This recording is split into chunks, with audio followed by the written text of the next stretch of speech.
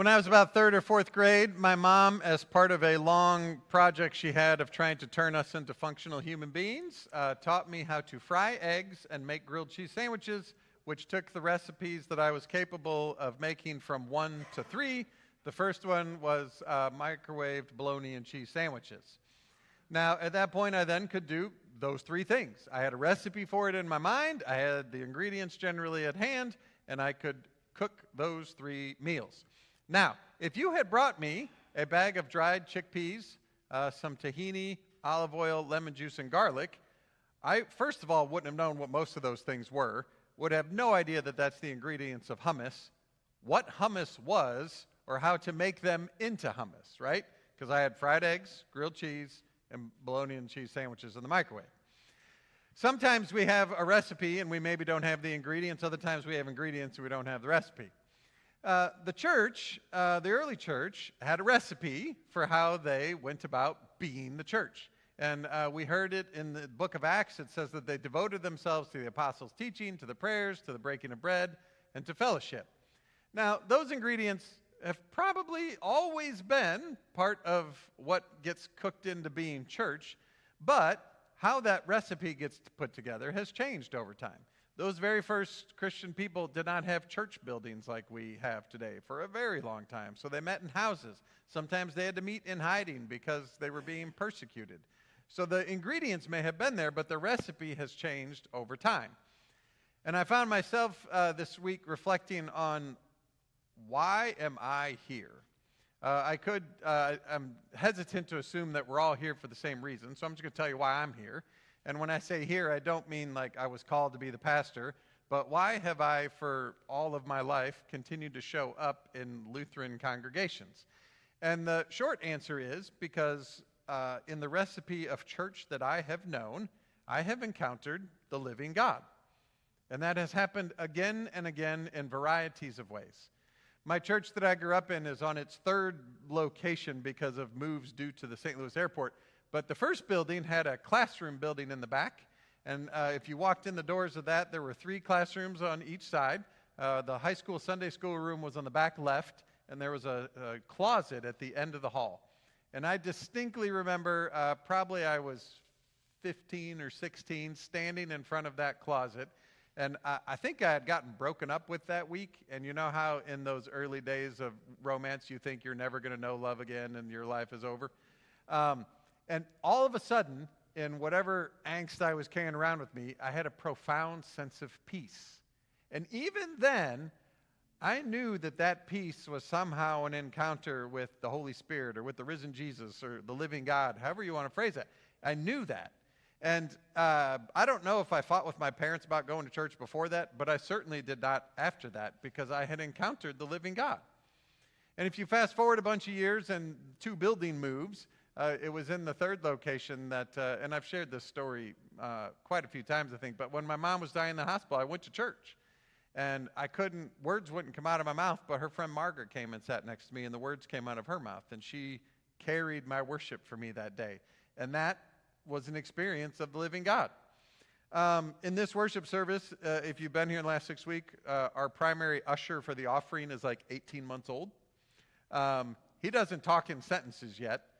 He could not explain to you how generosity is a spiritual practice that shapes us as God's people. He couldn't explain how offering works and what we do with it. But I bet he has a sense of having a contribution and being a part of this whole when we gather. And I don't know how you experience that, but I experience that as the presence of the living God among us, right? In the way that we gather and live into this church thing together. And so I say all of that to say, I have continued throughout my life, through the recipes of church as I have known it, to experience the living God. But if we take a step back and look around our culture, the recipe of church that we have, while it may work for me and some or all of you, it has not worked for everyone. There are an increasingly large number of people who have no religious affiliation at all. We call them the nuns. And then there's whole bunches of people that say they are spiritual, so they have a sense of some kind of divinity, but they aren't connected into the institutions of religion, right? So they're spiritual, but not religious. And so we have to look and say, well, the recipe that we have that has helped me to encounter the living God isn't working for everybody. And you can just look around at, mainline churches and all kinds of places where congregations are shrinking and struggling. And it can be kind of a hard place to say, well, but we're doing what we do. We know the ingredients, right? We've got the fried eggs and the grilled cheese and the bologna cheese sandwiches, but maybe it's hummus that we're supposed to be making also, and we don't know how to do that yet. Now, this is not the first time that the people of God have had a shift in the way that they encounter God. The people of Israel kind of had a recipe. This is a great simplification. But if you read the Old Testament, all through it, there's priests and prophets. There's leaders that God raises up from amongst the people of Israel. And there's places where they encounter God. In 1 Samuel, there's a story where they're fighting the Philistines. And Samuel goes out in the wilderness and after the battle. And when we sing, "Come Thou Fount of Every Blessing," the second verse goes, "Here I raise my Ebenezer, hither by thy help I've come." And probably when we sing that, you say whatever an Ebenezer is. But an Ebenezer is like an altar. So after the battle, Samuel builds an Ebenezer and says, it is hither by God's help that we have gotten this far. So that altar is an expression that they have encountered the living God among them. Well, later that becomes the tabernacle tent in the wilderness, and eventually it becomes the temple in Jerusalem. And so they got the prophets and the priests, they have the king, and they have the temple. And if you read the Psalms, the temple is clearly a place where they went to encounter God. Throughout the Psalms, there's, let's go up to the Lord's house. I could spend all my life in the Lord's house, right? There's a sense that that is how you encounter God. Until the Babylonians come and destroy the temple and destroy the city and carry you all off in refugees to Babylon. And when they got to Babylon, they most certainly had a crisis of faith, right? Like the recipe isn't working because the temple is gone, the monarchy is gone, and we probably have some priests kicking around, but what are they doing when we don't have the temple and all the rest of it? And I would bet that the people even came to the priests and said, what do we do now? The recipe is gone. How do we encounter God now? And I would almost bet that there were two answers to that question. And the first answer would be, well, we know the recipe. We got to get a king. We got to get the prophets and priests fired back up, and we need to get back to Jerusalem and rebuild the temple, because we know that works. But I would bet there were at least a few sitting around, and when they came to the priests and said, now what? They said, I don't know, because the recipe we had is gone. We don't even have the ingredients for that one, and this next thing, no idea. This is very much where we are as the church, right? The recipe that we have may work for us, but as we look around the broader church, there's lots of lament about struggle and shrinking and connecting with younger people and people that aren't connected to the institutions of religion. And if the answer was easy, we would already be doing it. But we come to those same two answers. There are some who would say, well, let's just get back to the recipe. We know what to do. We actually tried this in my last congregation. Somebody said, Sunday school is not really working. If we did it like we did in 1980, I bet it would. So we said, okay, let's try it. We had a big old rally day like we did we did everything just like they would have did it in 1980, and we had a great rally day Sunday. Tons of kids showed up. How many showed up the next week? Like 2, right? Like we were back to this isn't working. So going back to the old recipe wasn't an option. So then that leaves us with the other answer is, okay, well, now what do we do? And the answer is, I don't know. Now, the hard part of that is that can lead you to feeling kind of hopeless. It can lead you to a place of despair. And we have congregations all around that get to a place where they're like, can we even keep going? Like, how are we going to do this? Well, if we go back to the story we heard in Isaiah today, the people are in exile. They're sitting around going, we don't know. And God actually gives them an answer. But God is not talking in the passage we heard today to the people of Israel. God is talking to a guy named Cyrus. And God says to Cyrus, you are going to be my instrument by which I bring the people of Israel back to where they need to be. And when I do that, I'm going to clear the way for you, and I'm going to make this work for you. And because I do that through you, you will know that I am God and that I'm the only God. Now, here's the thing about Cyrus. He wasn't part of the recipe. He wasn't a prophet. He wasn't a priest. He wasn't a king. He'd never been to the temple in Jerusalem because Cyrus was the emperor of Persia. So not only was he not part of the recipe, he probably didn't speak their language, probably didn't look anything like them, and probably, most certainly, worshiped a different god. So while they're all sitting around trying to figure out what to do, God does an entirely new and different thing. And this is actually what happens. Cyrus comes along as the Persian emperor. They conquer the Babylonians. He says, okay, you can go home. What do you suppose they did when they went home? Went back to the recipe, right? We got to rebuild the temple, rebuild the city wall, get some prophets and priests stirred up. The whole books of Ezra and Nehemiah. Ezra's the priest, Nehemiah's the governor from among the people. They go back to the recipe. But by the time we get to Jesus' day, you find out that the recipe probably didn't work exactly the same way. Because in Jesus' day, the temple is there, but we also hear that Jesus goes to the synagogue. So something new happened. The temple wasn't the only place now. There were lots of places where you could go and gather as people of faith. And there weren't just the priests at the temple. There were Pharisees and Sadducees and other religious leaders. So while they maybe went back to the recipe they knew, because God brought them new ingredients, including someone that didn't speak the language or worship their God, new things happened. And their faith carried on, and they found new ways to encounter God.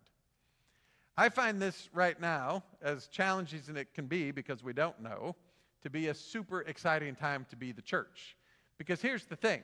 What God tells Cyrus is, because I'm doing this, you're going to know that I am God. If we were just really ingenuitive and creative and came up with all kinds of solutions that made church work, who would get the credit for that? We would.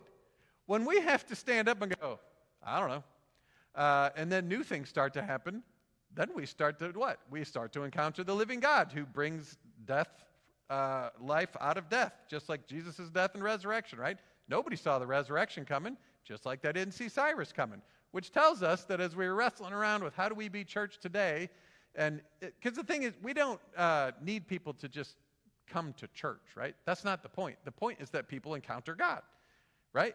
And so if God is going to stir something new up among us and people are going to encounter the living God because of that, if it's not because of our efforts, but stuff that we can't even imagine is going to happen, then we also then come to see the living God in a new way. And if I knew, I could tell you, but I don't know. My guess is it might be similar to Cyrus. The things that draw us into new places to connecting people to God might be people that don't look like most of us. Maybe don't speak our language, and maybe don't even worship our God, just like Cyrus, right? So as we head into the future, though, we don't just sit and wait. Like, we're not just going to sit here and go, well, God,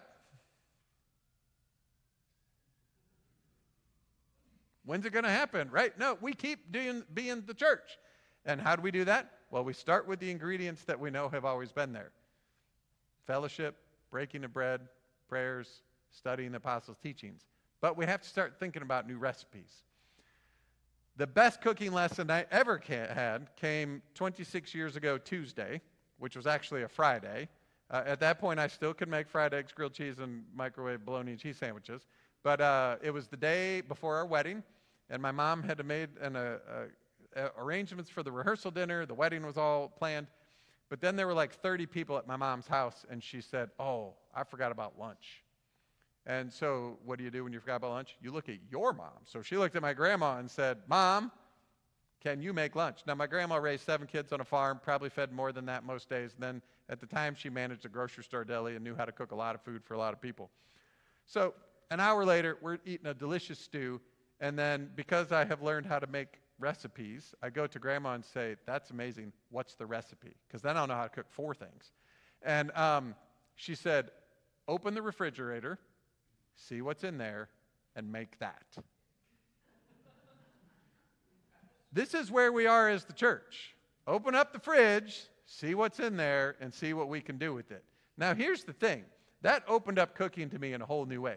The first time I tried to cook with dry beans, I did not know you have to cook them for a couple hours. So I served my family a really crunchy bean casserole. They would not eat it, but I was committed. I'm like, this is delicious. But then I learned, right? And so this is what we are going to do as church, is we're going to open up the fridge and we're going to try some stuff. Some of it's going to work, some of it's not. And somewhere in there, God's going to surprise us. And so we're going to rededicate ourselves in the year to come, try and connect with our young people. But it might not look like Luther League or the youth group that I grew up with. It might be all something different that we haven't thought of yet. We're going to try and find out. We're going to reach out in the community in new ways. I don't know what that's going to look like. We're going to experiment and see what works and what doesn't. We're going to rededicate ourselves to just all the things that we do that allow us that are here to continue to encounter the living God in the ways that we already do, trusting that God is also going to make new things happen that help us to encounter God in altogether new ways. I don't know where we're going, but I do know God will get us there. And when we get there, it will be a joyful and wonderful time where we say, thanks be to God for getting us to this new place. Let's open the fridge and try something new again. Amen.